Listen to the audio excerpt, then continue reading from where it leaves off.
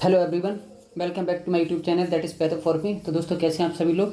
I hope आप सभी अच्छे होंगे और अच्छे से अपनी पैथोलॉजी पढ़ रहे होंगे। तो दोस्तों जो कि अपनी करंट रनिंग सीरीज थी that is of hepato biliary system और लिवर पैथोलॉजी जो चल रही थी, जिसमें अपना लास्ट वीडियो जो कि मोस्ट इंपॉर्टेंट टॉपिक था jaundice, what is jaundice pathology, जो कि पूरा अपना कवर करा था। पूरा अपना उसका मेटाबॉलिज्म देखा, बिलीरुबिन का क्या उसका क्लासिफिकेशन है, क्या जॉन्डिस में होता है, सब कुछ अपन ने एक एक करके वहाँ पर देखा था। आज का जो कि एक उस अपना सीरीज़ का एक लास्ट टॉपिक है, लास्ट वीडियो है, that is of hepatocellular carcinoma, या फिर आपको simple say that is a tumour part of the liver pathology carcinoma of. ठीक है, तो अपन चलिए दोस्तों स्टार्ट करते हैं अपना। मेरा नाम सुमित रावत है, मैं second year MBBS student of JM सुरतला आप सभी का स्वागत करता हूँ अपने इसी यूट्यूब चैनल में।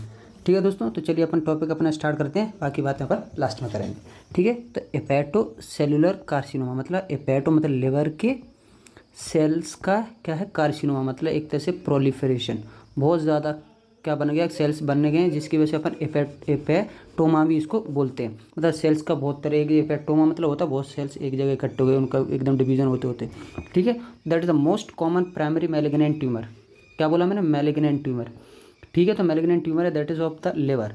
ठीक है, मेल्स में जनरली ज़्यादा होता है as compared to female, ratio 4:1 and 5th and 6th decades of life, मतलब 50 to 60 ईयर्स ऑफ एज में ज़्यादा आपको देखने को मिलता है। बाकी कहीं कहीं यहाँ पे दोस्तों 30 to 40 भी लिखा होगा, तो आप दोनों याद रखिए।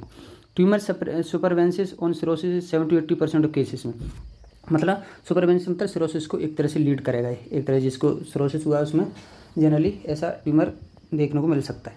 ठीक है, अगर इसकी एटियोपैथोजेनेसिस की बात करें, किससे क्या हो रहा है, तो relation to the hepatitis B infection that is surface antigen HBS antigen इसमें पॉजिटिव मिलेगा। Relation to hepatitis C infection, जैसे generally after more than 30 years of infection, अगर किसी हो गया तो उसको हेपेटाइटिस सी भी निकल सकता है। रिलेशन टू सिरोसिस, तो मैक्रोनोडुलर सिरोसिस होगी, इसको याद रखना दोस्तों, MCQ बनता है। रिलेशन टू एल्कोहल से क्या, 4th fold of increase risk of RBC, मतलब 4 टाइम्स मोर कोई एल्कोहल कंजप्शन कर रहा है तो उसको होने के ज़्यादा चांसेस है। माइकोटॉक्सिन जैसे अल्फा टॉक्सिन हो गया, beta 1 produced by the mould Aspergillus flavus जो कि फंगस है उसके थ्रू होता है, तो उसके द्वारा भी हो सकता है। केमिकल कार्सिनो जैसे नाइट्रोसामाइंस एक्सेट्रा, तो इनके थ्रू भी अपना क्या SCC होने के ज़्यादा चांसेस हैं। ठीक है, अगर मैं ग्रोसली बात करूँ तो there is a 3 pattern of growth that is expanding, that is unifocal, multifocal type मतलब बहुत ज़्यादा फोकाई टाइप के बनेंगे, यहाँ पर 1-2 देखेंगे। ठीक है, इनफिल्ट्रेटिंग और टाइप मतलब spreading type two the blood vessel के पास, मतलब एक तरह से स्प्रेड होता चला जाएगा। ठीक है, जैसे मैं आपको इस माइक्रोस्कोपी में और अच्छे से समझाऊँ, ये आपके सामने माइक्रोस्कोपी बनी हुई इसकी, पूरा ये सेल बना हुआ है। ठीक है, देखिए इसमें आपको ट्यूमर सेल्स दिख रहे हैं बहुत सारे, ये देखिए सिरोसिस बीच में एकदम सिरोसिस हो गई लिवर, क्योंकि एक तरह से इरिवर्सिबल स्टेज है। ठीक है, बाकी ट्रेबिकुलर साइनोसोडल पैटर्न मतलब 2 to 8 सेल वाइड, ये देखिए सेल्स के अंदर मल्टी न्यूक्लिएटेड भी सेल है और नोड्यूल बन रहे हैं बहुत सारे, ये देखिए नोड्यूल बहुत सारे बन गए SCC। तो इस वजह से अपन ने इसको क्या बोल दिया generally, hepatocellular carcinoma that is the most primary malignant tumour. तो आप क्या क्या लिखेंगे माइक्रोस्कोपी जब आएगी तो, क्योंकि आपसे दोस्तों इसमें जनरली यही पूछा जाता है, कोई भी ट्यूमर आपसे उसकी माइक्रोस्कोपी और ग्रोथ पूछा जाता है, जो कि मैंने आपको दोनों इसमें बता दिए। ठीक है, तो जैसे माइक्रोस्कोपी में आप क्या देखो, ट्रेबिकुलर साइनोसोडल पैटर्न में मोस्ट कॉमन मिलेगा, कॉम्पैक्ट पैटर्न मिलेगा, अबंडेंट फाइब्रोसिस्टोमा हो, मल्टी न्यूक्लिएट सेल होंगे। तो आप ये उसमें डायग्राम जरूर बना के आएँ और ये उसकी लेवलिंग करके आ जाएँ। ठीक है, जैसे आपको बुक का भी डायग्राम बता दूं, यहाँ पर देखो well differentiated hepatocellular carcinoma distortion of normal structure से liver cell plates are markedly widened and frequent pseudo acinar structure, जो ये दिख रहा है ना आपको, ये देखिए एसना है, ये भी आप एक फीचर इसमें लिख सकते हैं, सीडो एसिनर स्ट्रक्चर आपको दिख रहे हैं बहुत सारे। ठीक है, तो किसका स्ट्रक्चर अपना हेपेटोसेलुलर कार्सिनोमा की माइक्रोस्कोपी होगी। Abnormal bile canaliculi often contain bile. ठीक है, बाकी it is the better differentiated variants globules bile may be found within the cytoplasm of cells and pseudo canaliculi, जो कि मैंने आपको बताया अभी, सीडो एसिना स्ट्रक्चर।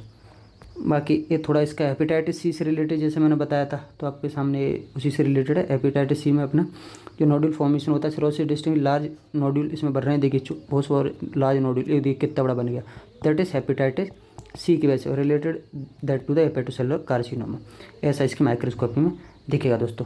ठीक है दोस्तों, ज़्यादा बड़ा टॉपिक था नहीं, छोटा सा टॉपिक था, लेकिन आपसे जनरली कभी शॉर्ट आंसर में वेरी शॉर्ट में आपसे आ जाता है हेपेटोसेलुलर कार्सिनोमा की, आप माइक्रोस्कोपी बताइए, उसकी ग्रोथ स्ट्रक्चर बनाइए, तो आप इसमें माइक्रोस्कोपी का एक डायग्राम बनाकर आ सकते हैं। ठीक है, नेक्स्ट अगर इस पर अपन MCQ की बात करें,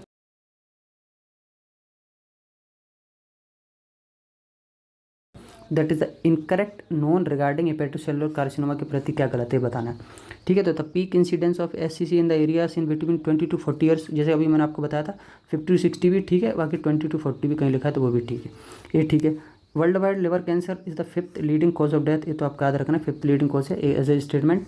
the most important underlying factor in hepatocarcinogenesis are viral infection such as hepatitis B और हेपेटाइटिस ए। नहीं दोस्तों, हेपेटाइटिस बी ठीक है, हेपेटाइटिस कौन सा था, सी वाला था जो मोस्ट कॉमन था। ये दोस्तों ये स्टेटमेंट गलत हो जाएगा तो आंसर अपना सी हो जाएगा। बाकी डी क्या करें, inactivation of P53 present in up to 60% of ACC cases, it is one of the also correct. Inflammatory cytokine that is overproduced in many chronic hepatitis which suppress the hepatocytes differentiation promote the proliferation to cause ACC। तो interleukin कौन सा इसमें generally आपसे पूछना चाह रहा है, तो आपको याद करना है इंटरल्यूकिन 6 जो कि मेनली इन्वॉल्वमेंट रहता है इसमें।